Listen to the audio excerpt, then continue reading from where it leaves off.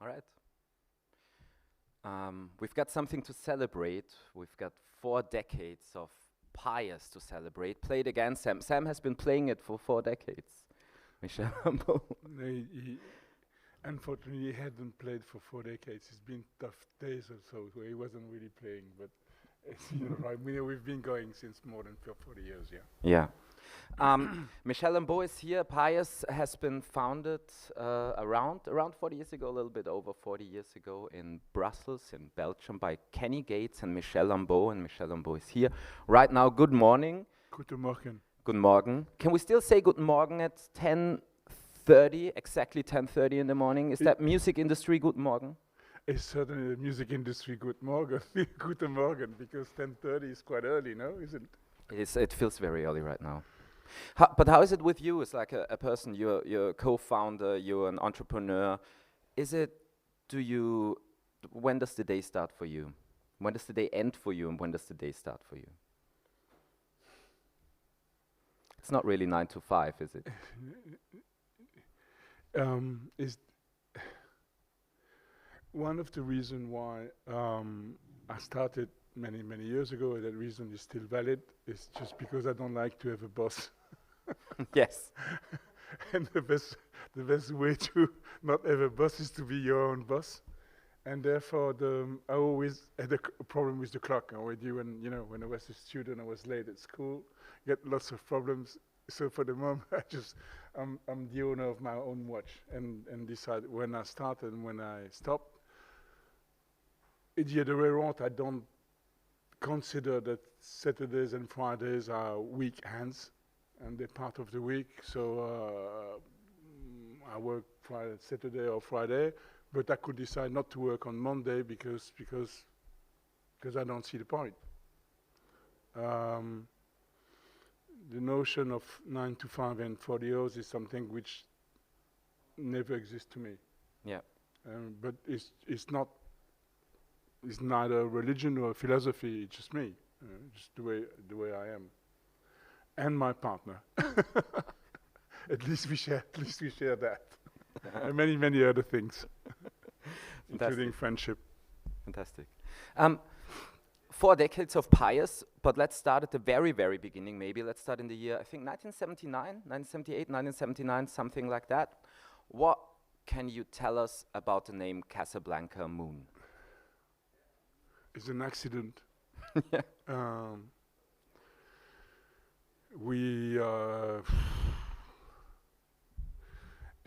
I started a label which was called Sandwich Records. Why was it called Sandwich? It's because it's a name that travels. Sandwich works in every language. But also it was, at that time,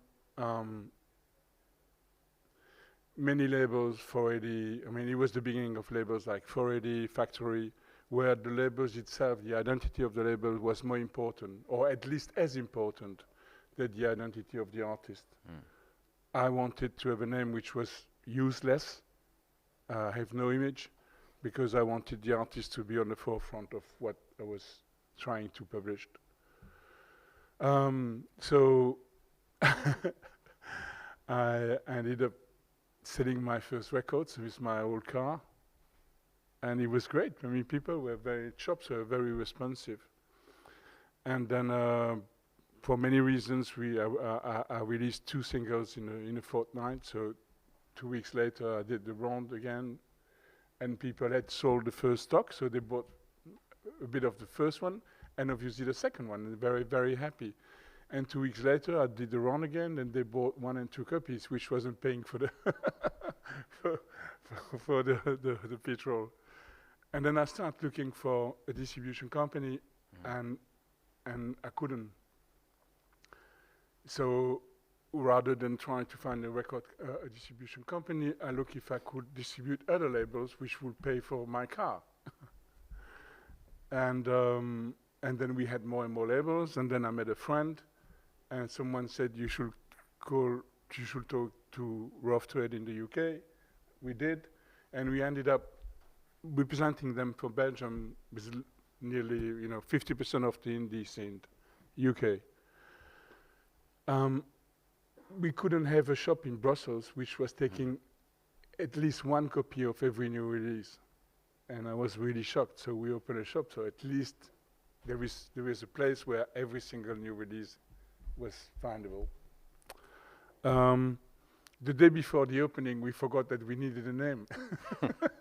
So at 3 o'clock in the morning, we couldn't still have a name. And we were playing a very old German band. And one of the songs is a very small rhythm, which is called Casablanca Moon. And so it's a great name. So we took it. 6 months later, a friend had a problem, and he had a palm tree, and he had to move. And he said, no, put the palm tree in the shop. We're not going to destroy the palm tree. You take it back when you have a new place. Right. So we had a palm tree. And then another friend had a problem with this piano, so we put the piano in the shop. And then a band called Tuxedo Moon, which was really dressed up, moved from LA to Brussels. And the singer, keyboard, Steven, had no place to practice. So he was coming in the shop at 7 every day to play piano in the shop with a tuxedo. So when you have someone with a tuxedo, a palm tree, a piano in a shop called Casablanca Moon, then you have a story. but everything was accident. Yeah. I had to stop because I had no idea that you need to have to run an account. I have no idea that when you import stuff from the UK, you have transport cost. So if I was paying, I don't know, a quid, I was selling them for a quid 20. But the transport itself was costing 20%. So I was selling them at cost price. And then I learned very badly that an accountant is quite useful. He's going to be able to tell you how much it costs and how much you need to sell it for, and to try to schedule your finance. So I had to stop because one day I couldn't pay the rent, and I stopped. And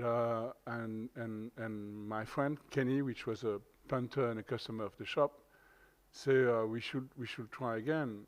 And some people said you should stop. You've done enough mistake. You should not come back.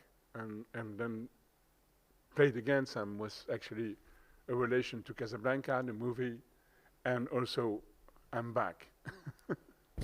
And there's the story. What made you get involved in the music industry to start with? Was it just basically the love for music, or was it just that you didn't want to do a regular job in that kind of way, or that you thought, or you felt something inside of you that you want to be working in something that is creative? Ideally, when I was 15, 16, I was a fan of movies, and I wanted to produce a movie. I felt it was fantastic. I was playing theater. I went to the school, the movie school, and they say I was too young. I had to, run the world and get some experience. I was very young, to be very, very naive. I also coming from a town which is called the Dark Land, because it's very, very industrial, very, very, very industrial, bad industry of, 20s, 30s, 40s.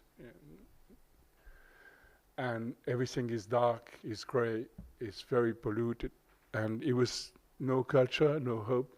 So it was a mixture of, you couldn't buy records because there was a record store selling, I don't know, really like the top 20 period, not even the top 50.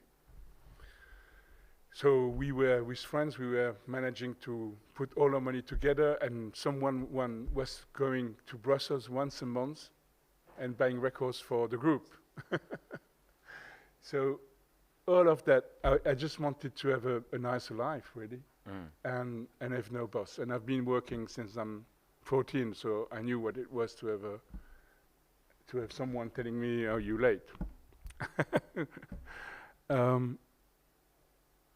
So altogether, it was the beginning of punk, and it was a Rough Trade released a single by a band called Scritti Politti, and on the sleeve, Scritti Politti explained that you shouldn't look for a record company, you should take your art to the public yourself. And if you have I can't remember, I think it was 500 quid, 500 pounds, you could do a single. And they were explaining on the sleeves how much it costs to manufacture, how much it this and this and this. I said, this is what I want to do. And then I started over. Fantastic. Slim Jack and his famous cocktail. Is this your artist alter ego, or have I been finding a fake news headline? Can you repeat? Slim Jack and his famous cocktail. You're credited with releasing... It's not cocktail, it's cookies. Oh, cookies, okay. Slim Jack and his famous cookies. What can you tell us about this project? It's not a project, it's just, you know. It was recorded with a 2-track cassette player in a garage, and it was just fun. What did you do on it, on the record? I make some noise.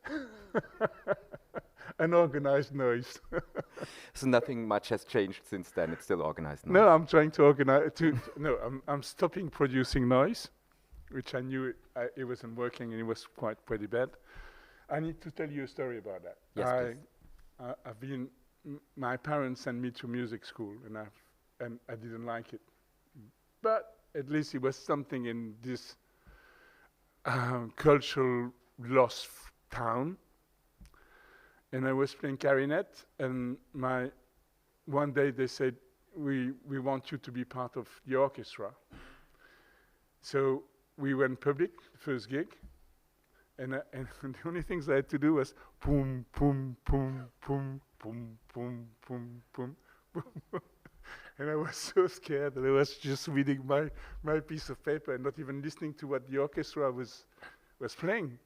So at that moment I continued with my boom, boom, boom, boom, but the set was gone, so I was the only one playing.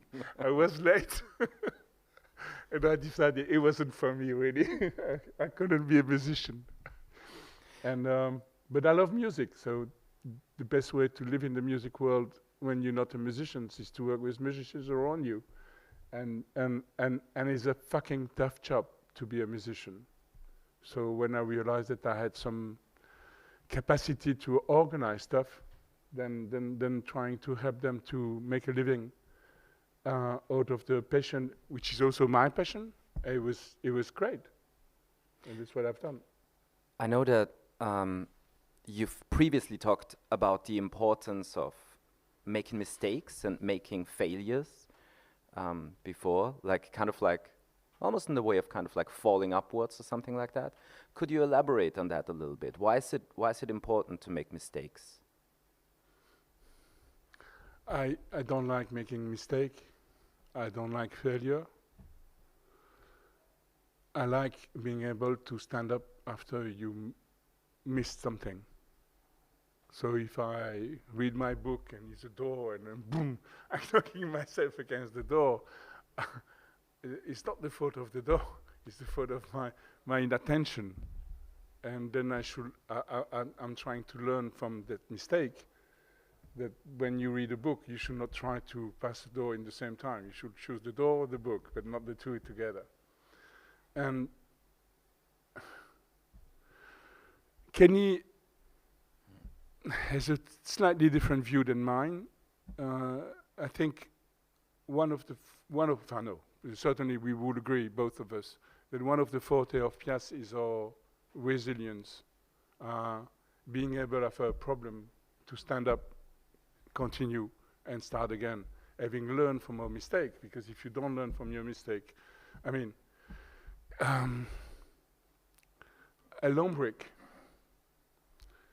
needs, if you put an electrical file in the grass, a lawn brick is to knock the file and get an electrical shock 125 times before you're thinking that maybe you should go somewhere else. We're trying to be better than a lawn brick and not to repeat 125 times the same mistake. And that's why mistakes are not important. You can be lucky and have no problem and too good for you. What I think is important is to be able to learn from your mistake and stand up. And also because you know that you can make mistake. Others have the right to make mistake as well, including you. What year did you meet Kenny Gates? I think it was 1980. And then in 1982 is when you started PIAS? Yeah. What was the industry like back then, or what was it like to start it all back then?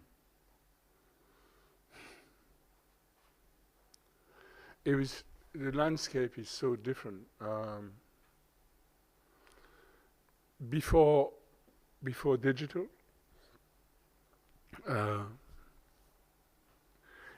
back in early 80s,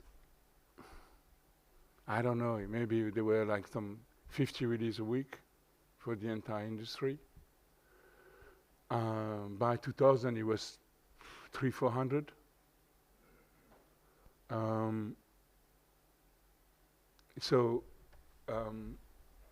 This goes back to what is a record label. Is then when in the 80s there were hardly radios, certainly not alternative radios. I've been part of the first pirate radio in Brussels. The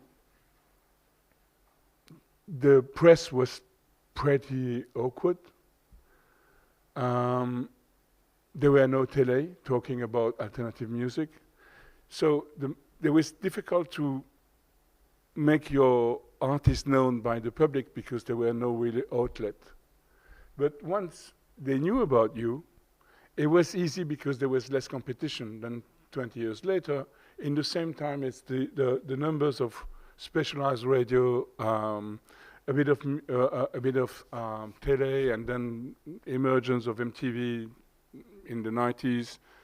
And suddenly the kids had access to a lot of music.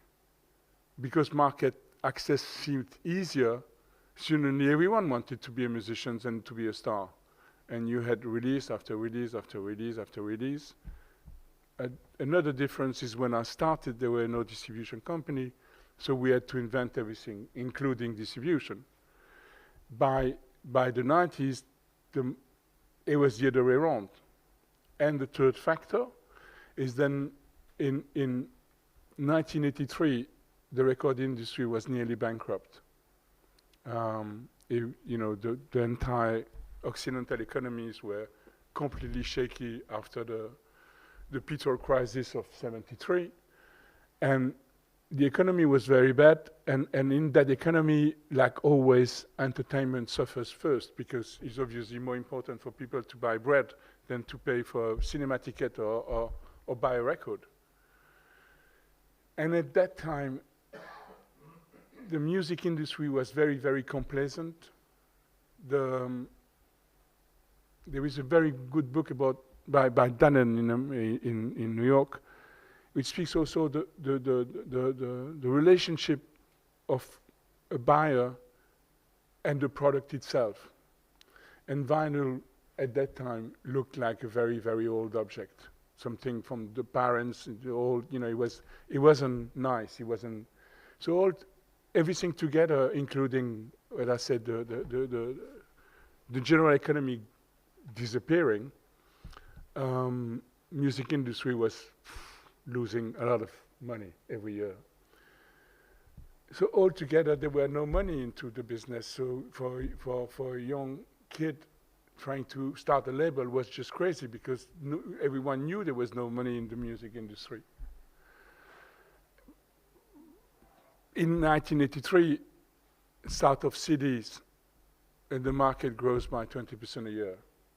And then suddenly, wow, it's a sexy world. And then you have more labels, then you have more release, and then you have more artists, and then at one moment you have, I know people will not be happy if I say that, but a lot of craps come on the market. Things which should not be released because you don't really understand why, artistically and economically, it's important. And then what happens? Like always, it goes up up, and by year 2000 the bubble burst, and we start again minus 20% a year. And then streaming came, and he growing again by 20% a year. So I think, and we back to a system where there is 120,000 tracks uploaded every year in the system, and to be frank, 100,000 should not be there. As a music lover, not as a music businessman. And as a music businessman, I would like to have less competition when I produce an artist than to be able to make, or do you want to market something you feel is a great new artist, someone, no one knew the name yesterday, but you find out through your network that what they do. Let's take Arlo Park, you were talking about that in the beginning. How do you want to make sure that Arlo Park works? That what you feel is a brilliant artist that have something to deliver amongst the 120 new tracks which have been uploaded today and tomorrow and the day after, that people need to listen to Arlo Park, is a fucking tough job. If there was 20,000 tracks instead of 120,000 tracks, it would be 6 times easier. And I feel Goldman Sachs said that the business is going to grow again and again and again. The world is a village. We're making some money from Africa. By 2000 and I'm sorry, I'm going all over the place. That's okay. I think that's what this is for here. Cool. I love going all over the place. I don't like to be organized. Yeah. For the moment, by 2005, our total turnover over 20 years of PIAS in Africa was 15 euro. A Moroccan grossist came to a place and said he wanted to buy some records. There was our total turnover. We're making more every week now through streaming in the whole Africa. So everything changed and the parameters are changing, but I think we probably, I'm less, for numbers of reasons, including some macroeconomical reasons, I'm less confident in the continued growth of the recorded music industry. I think everyone wants to be in for the moment, except young, because it's not sexy music, it's not sexy anymore. It's too easily available. You don't need to have a club of 4 or 5 people and travel 50 miles to buy the records you're the only one to have. Discovery is something easy now. And it's great because as a music publisher, that's what I want. I want the music that I published be available. I'm not sure for the entire market that this lose of sexiness is a good factor. You've been talking about possibly through streaming, lots and lots and lots of music being released every day, and it's then difficult to sometimes find the artists who are really, really great.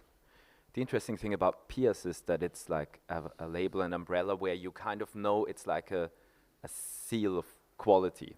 You kind of always know when anyone is affiliated. I wish that company. Is that by design? No, you don't know. I mean, we were talking just before we start about the Beatles in Hamburg. When the Beatles were in Hamburg, no one knew the Beatles were the Beatles. They were just 4 punters being drunk every night, spending their time clubbing and trying to do a gig, in a very, very, very poor environment. People are known about the success, and our job is to try to bring an artist to success. But you don't know the numbers of failure we had. So when you said, "Oh, you have a talent to find new artists," it's great. I love it. But you should know the numbers of time we missed, and we felt not always because of us. It's also because of the artist. It's a tough job. If you go touring in poor conditions. Venue promoters are not always nice people. Most of them are nice, but sometimes it's very, very nice. It's ugly. You know, the dressing room is not being cleaned for, you know, centuries.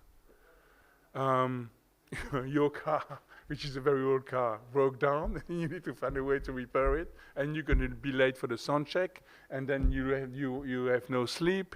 I mean, it's a tough job. Then having 4 people, 5 people, 6 people, if it's mixed, even more difficult.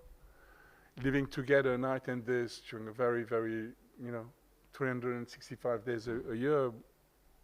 Some wants to be star, others feel, you know, music should be something holy and we should not try to find a...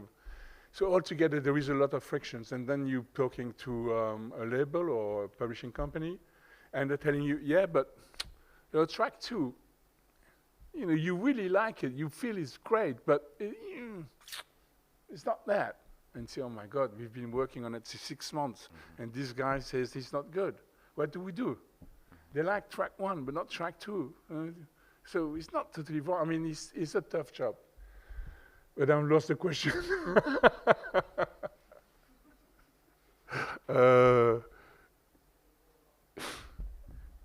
It's just,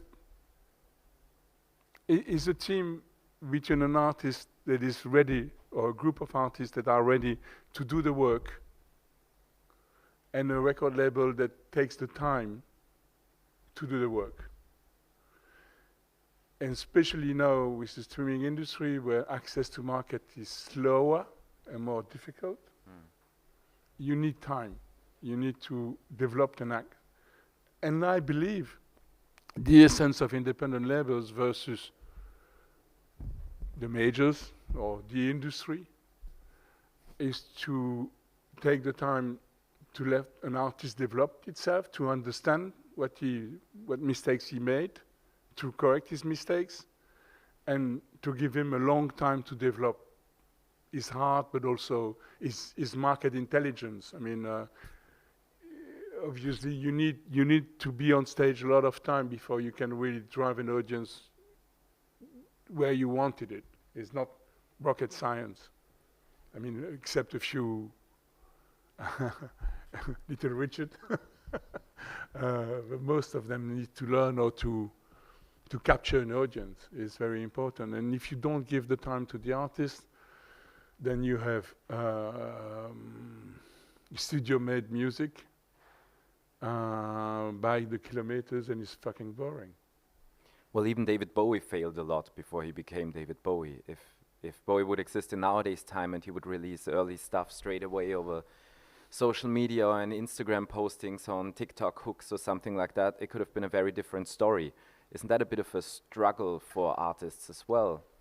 That immediacy that a lot of bands, you start out and you start releasing straight away and you don't get to develop, like you said. It's 2 things. I was talking about my fear that we're reaching a bubble. But then it's always the same. I remember Walter Yetnikoff, which was the boss of CBS when he sold it to Sony a couple of years later, saying, I mean, he was probably the most recognized CEO of a major company at the time. He says, I will not be able to sign Bruce Springsteen. I will not be able to sign Bob Dylan in the current economy. We were at a moment where money was there because the business was big, and that's why Sony invested in bought at a very, very expensive price an American major. And there are some comparison with the moment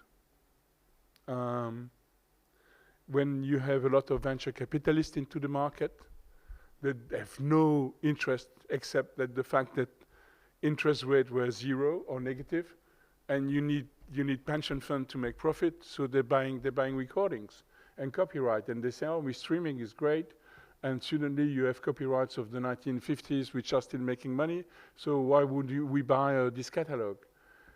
and this is not my world, our world, and it's pollution. It's pollution because it sends wrong signal to the public, it runs wrong signal to the punters, it wrong signal to the managers, to the...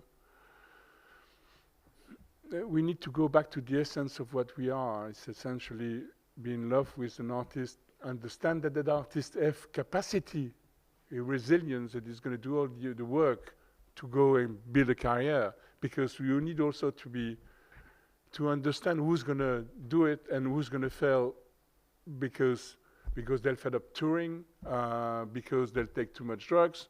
I mean, the reasons are multiple, because they'll fall in love sometimes. Which is I have the thing about falling in love, and I fall in love very easily. But I try that it, my private life not to interfere with my working life. And an artist also is, all of that is an artist risk and capacity. I mean, you're talking about Bowie. He had a tumultuous love affairs, and it didn't stop him to perform. There's a quote from an article that says the entire history of independent music would have been very different without PIAS and a lot less fun. This is a bit of a loaded question, but do you agree with that statement? Give a coffee. Yeah, I'll print it out and give it to you. I have no idea. I think it's a bit... it's just word. Would it have been very different if you wouldn't have started 4 decades ago? I don't have that arrogance.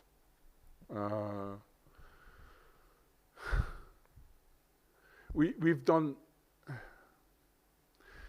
take France as an example. Our first French distribution company, and it was a friend, we were very happy, it was working really well, and after 3 years they went bust. So during a year, it's a kind of market hole, there's no real distribution company, someone started a new one, we meet, we make business together, they developed our acts, we're very happy, 3 years later they go bust. And on and on and on. And we said, how do you want to develop a career if your distribution company life is about 3 years? Or do you want to, build something? And we don't want to go to the hassles of trying to find a new record. We're going to do it ourselves. At least if we make mistakes, it's going to be our jobs, our fault, and we'll have to learn from our mistakes and continue. So we open in France. But the only reasons we open in France is not because we were better than the others. It's just because we were fed up with a market which wasn't good for our stuff. When we opened in the UK, it was for exactly the same reasons. I mean, we had no idea of what we were making. It was very, very innocent in a way. But what we knew is that the market was not ready, wasn't good for us. So we had to do something about it. Would it have been different without us? Probably. But better or worse, I have no idea. I think the world will continue to run. I mean, I'm waking up every morning and see the sun, and he's there without or without me. Maybe I'll phrase it a bit differently then. Okay.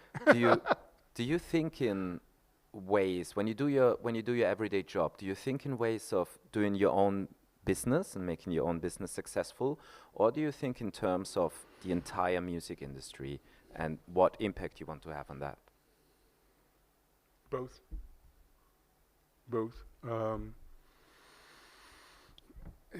Talking about PIAS first, Kenny said one day, we are a music business company. And I mean, obviously I dare to the word, but he was explaining really well in 2 words who we are. It's 50% music, 50% business. If you don't pay your bill, if you don't pay your artist royalties, if you're not capable to invest in marketing or in studio bills, not doing their job. And if you to pay all these costs and get the people to do promotion, and you need to do what I haven't done when I was 18, is that you have a finance person telling you that you overspend or you don't. So when we started, we took an accountant day one.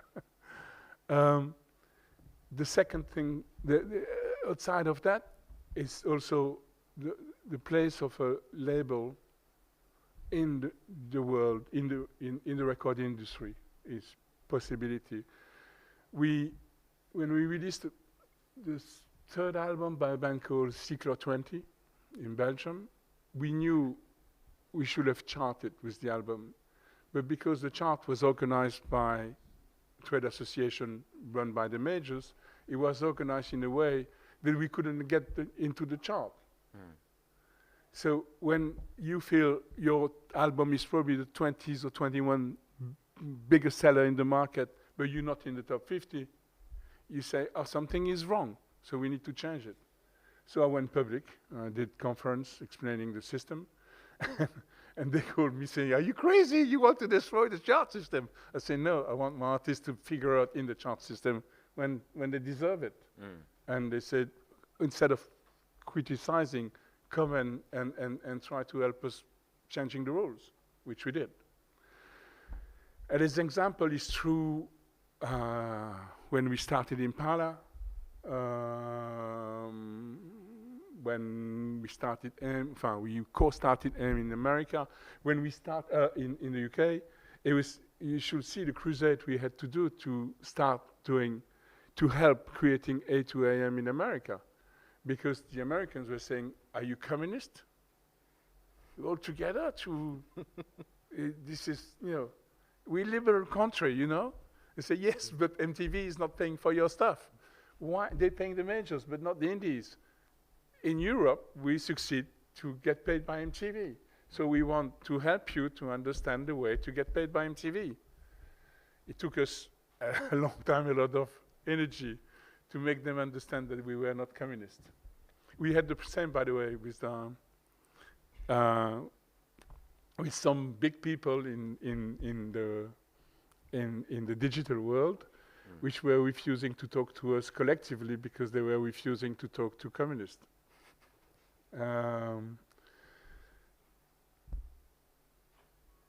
I think all the trade association has been extremely important for the success of PIAS, because they help us to model a world where I can give so many numerous examples of things which were anti-indie in a way, like even paying mechanical royalties on a vinyl. And by acting collectively, we help the structure and the world to be changed and to be less aggressive and more less expensive for PIAS. So it helped PIAS, and I think PIAS helps the collective system as well. So it's 50-50, like show music business, 50-50. What does the term independent music mean to you nowadays in the year 2023? Nothing. I don't know what independent music is. Bowie estate, you were talking about Bowie. When Bowie renewed his last contract with EMI, we were still in the era where the motto was too young to die, too old to rock and roll. So Bowie went back to EMI and said, I'm happy to renew with you, but I want ownership of my repertoire. So you give me ownership of my repertoire and I sign with you for 10 years. And too old to rock and roll, they say, fuck off. If we get Bowie under contract for the next 10 years and his catalog for the next 10 years, in 10 years' time, he will have disappeared. So fine, he's a very easy deal, a very cheap deal. And 10 years later, he got his catalog back and did the Bowie bonds. So he didn't need an advance anymore from a major company. and was doing what he wanted with his catalog and his new recordings, which helped him to do the very adventurous album he did in the beginning of the 2000s. Was it an independent artist when he signed to EMI? Was it an independent artist when he signed in EMI buying back his catalog? Was it an independent artist when he auto-produced himself? What does it mean? I don't think independent music. I think the difference is that when in the independent world, ideally, for me, is the capacity to take the time to nurture and develop an artist. But that's not true for all labels, and is not. And there are some people in the major system that are actually doing it. The pressure of talking about the bubble again.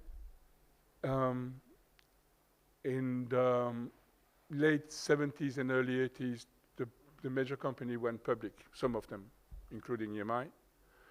And the way the stock exchange work is against the idea of investing a lot of money to develop an artist 2, 3, 4 albums before he gets success. Because you need to release your quarter expectation and your quarter numbers, and it's too quick. And remember EMI going into a press conference and saying, look, last year we had a great success with a band called the Spice Girls. So we achieved a very, very good year, but I need to tell you that next year is going to be more difficult. And someone from a bank which had been bust since asked him why he was so idiot and not simply released a new Spice Girls album every quarter. What do you want to say? Say, you fucking idiot, stay there. You can't release a Spice Girls album every 3 months.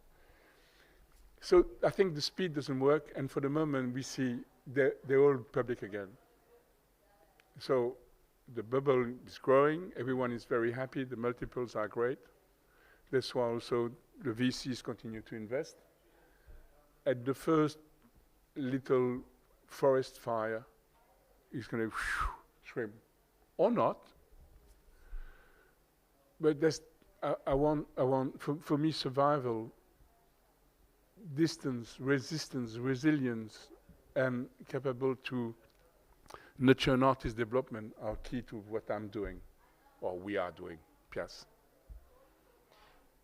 In 2022, the Universal Music Group took a 49. You know that question would have been coming. Yeah, of took course. a 49% stake of PIAS. Sorry? Took a 49%. 49%, yeah. So, well, it gave you access to a lot of it gave you access to a lot of bands or to a lot of the catalog and stuff like that. But can you maybe elaborate on that move a little bit?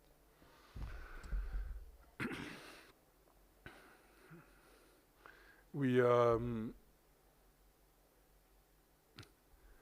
cash is key, and I can't tell you the numbers of inventions we created over 40 years to get cash, including telling people that the check is in the post. So you talk to your post office if you ever get paid, knowing perfectly well that the check wasn't in the post.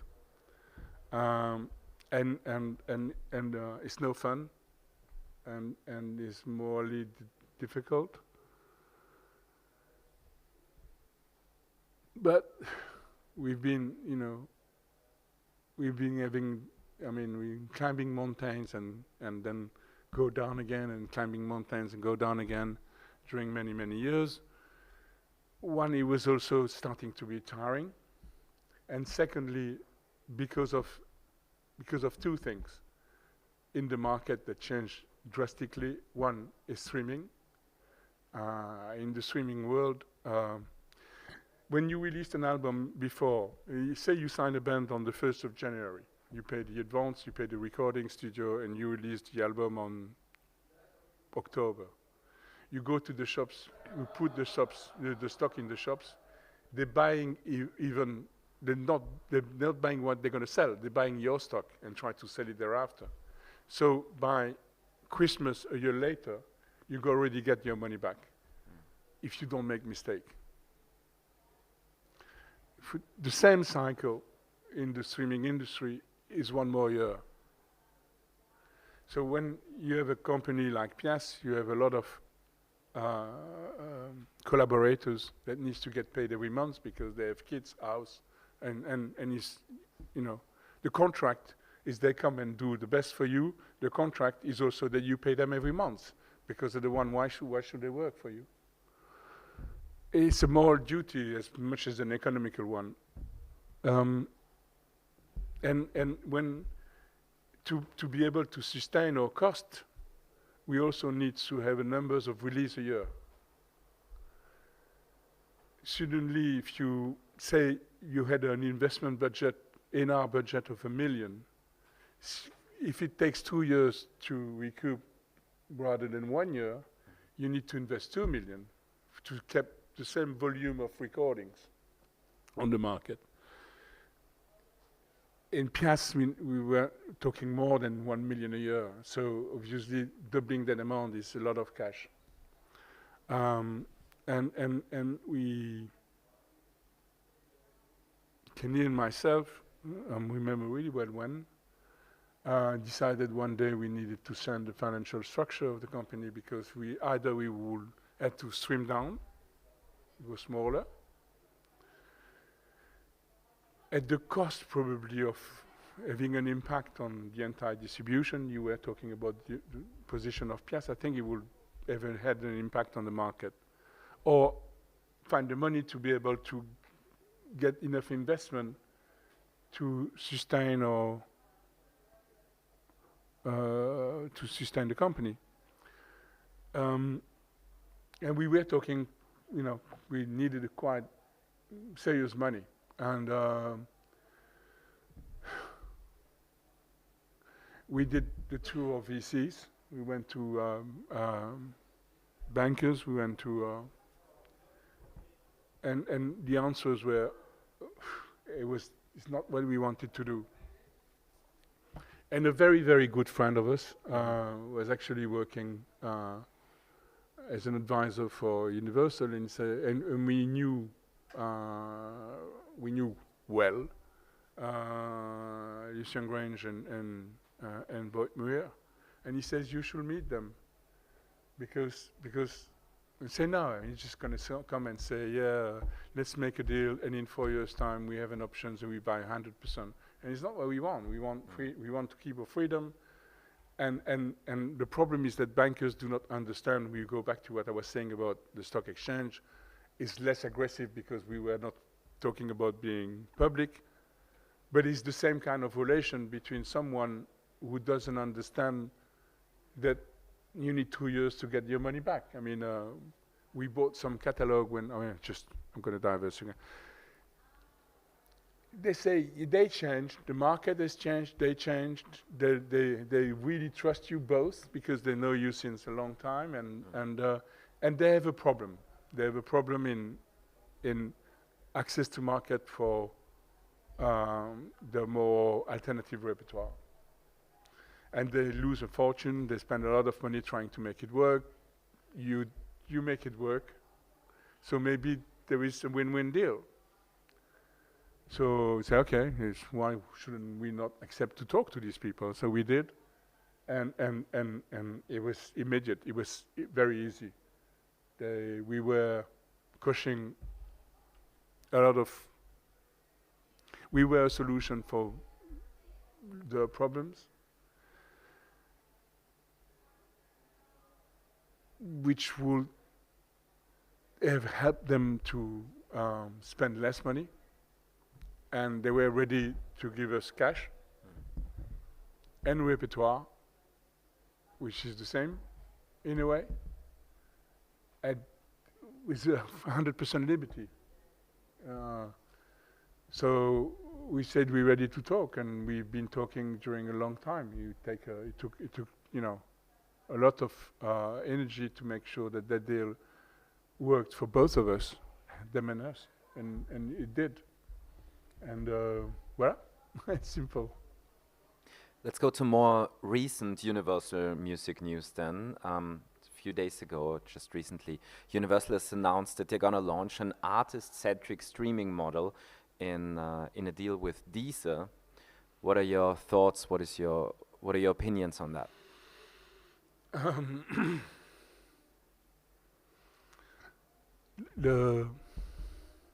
I like it. I haven't. I mean, like everyone, what I know about the deal is what the press have said, and some element which were in the press were pretty insulting, especially in the Financial Times, and I regret it.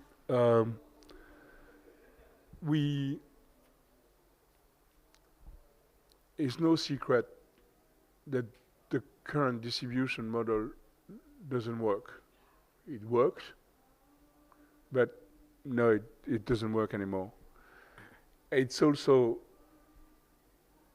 key now because a huge part of an independent label's revenue are coming from streaming. So if the distribution model is not right, knowing that on top you need 2 years to get back your money back, it's something it doesn't work. Is it normal then one of my all-time favorite, The Doors, if I'm listening to a Doors track, that is going to be the same money than Arlo Park, knowing that the difference of investment on Arlo Park, marketing and production cost today compared to what they've been amortized 30, 40 years ago. Does it help new creation? So whatever is the model, I mean, they call it artist-centric. I think it's a good marketing name, but I think if we stop paying the noise, if we have a system where fraud is going down, if streaming farms are destroyed, I know it's a heavy word, but that's really what I believe. It's very hard to be against it. But the devil is in the details. And me for having an opinion to have the details on my table. If you had a time machine and you could go back 4 decades, what advice would you give yourself? To do it all the same, or what would you tell yourself?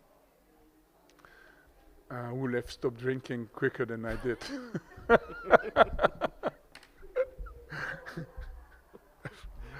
That's it?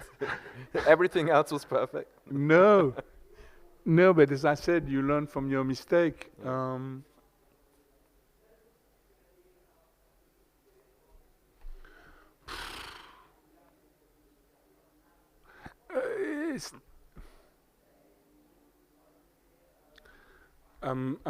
I believe in 24 hours a day.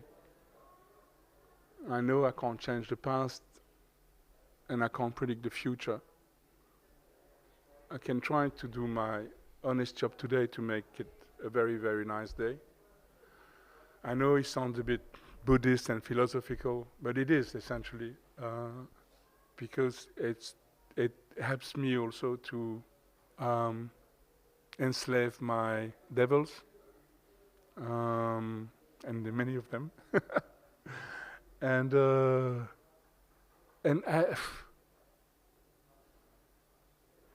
I had a great life, and if I could start again and be offered the same kind of experience, the same kind of friendship. I mean, you realize that I'm working with Kenny and we're sharing offices since 41 years? Yeah. Just if when you're 20 and we said you're going to have a friend and he's going to be your business partner and you're going to know everything about his love affairs and mistakes and kids, because we both have kids, and problems, and we have grown kids, so we have problems with grown kids. And you know everything of him, and he's going to remain loyal, even though you made so many mistakes, and he's going to help you. I mean, when I was drinking too much, and I stopped drinking thanks to my older daughters, Kenny and my then companion. I mean, what else would I change? Nothing. Yeah. One thing. I was playing basketball, and I've been I was a big kid. Yeah. So I had a post position, and I was pretty good. And I ended up playing in the B list in a top club, but I was 20 centimeters too short. So if I had to change something, I would have 20 centimeters higher. But then I wouldn't have started. Yes, and it would be a very different world. Maybe Absolutely. the world of basketball would have changed a lot. Well, then let's go to advice for other people. If someone would want to start a record label nowadays, like you did it back then, what advice would you give to them? It's a very different world now. I don't know. I mean, I regret that it seems to change a bit since a couple of years, maybe 2-3 years. I regret that there are no more young blood into the label. I think, I'd like to have a kid like I was of 20 telling me that I'm a very old con, white, on top, male. I have all the problems, and trying to challenge everything I'm doing and tell me that I was wrong. And I'm not sure I was wrong, but it's not. The dynamic, that dynamic is missing for the moment, I think.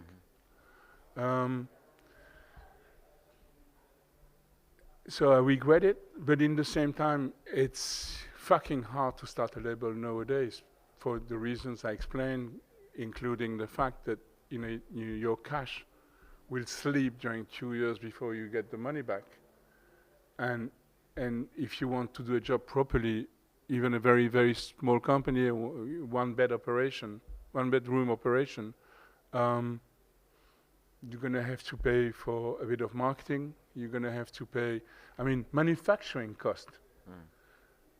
It's just outrageous. The cost of doing a vinyl those days is so expensive. How do you find the money? And the distribution system is being a bit more selective than it was, because there's too many releases. So you need to have a distribution deal for your physical stuff, at least. I think is a mistake that a lot of labels are doing, which I believe should be avoided, is to make sure that you want to control your own digital distribution. I think you need distribution company, because they have more leverage, and of course you'll have to fight between the numbers of release and distribution company handle, but at least when you're going to need support and get your Arlo Parks in Times Square, they'll be able to do it, while if you're on your own and with your own Spotify contract, it's going to be tough.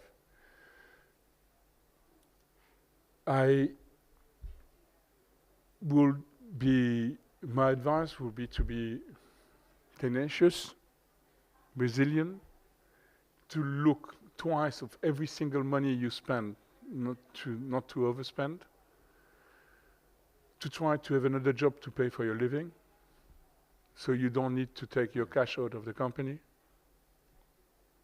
And when you get a little success, to keep the money on the bank to pay for your difficult times, which going to obviously follow through if you continue to do the same stuff, rather than overspend.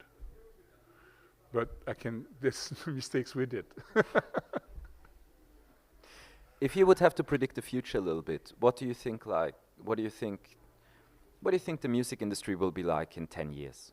24 hours a day, I told you. I have no idea.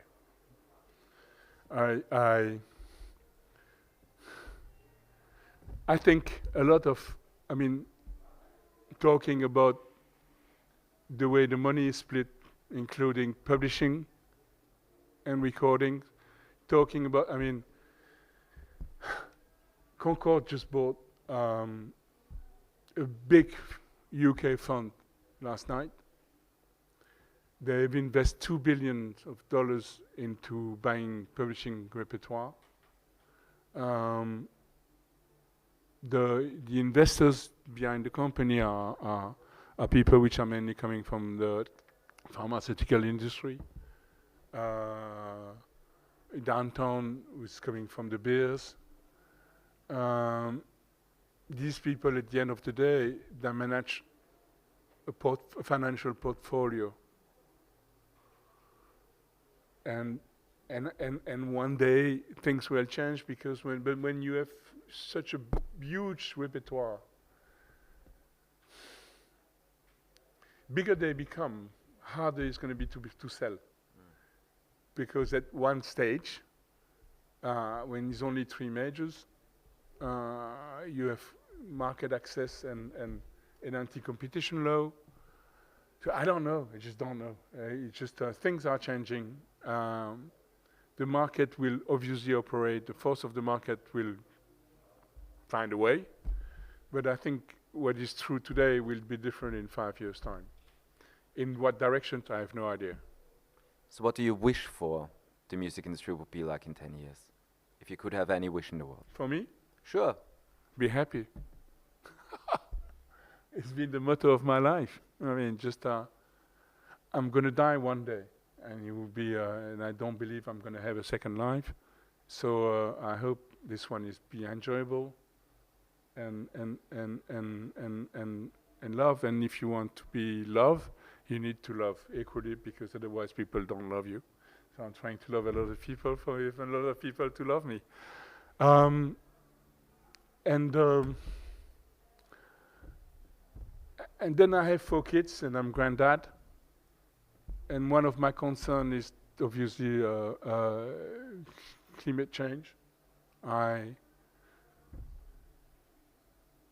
don't know what to do. I mean, swimming is is not good for the planet for many reasons. One of them is also there's too many tracks, and then mirroring and holding millions of tracks is actually energy burning.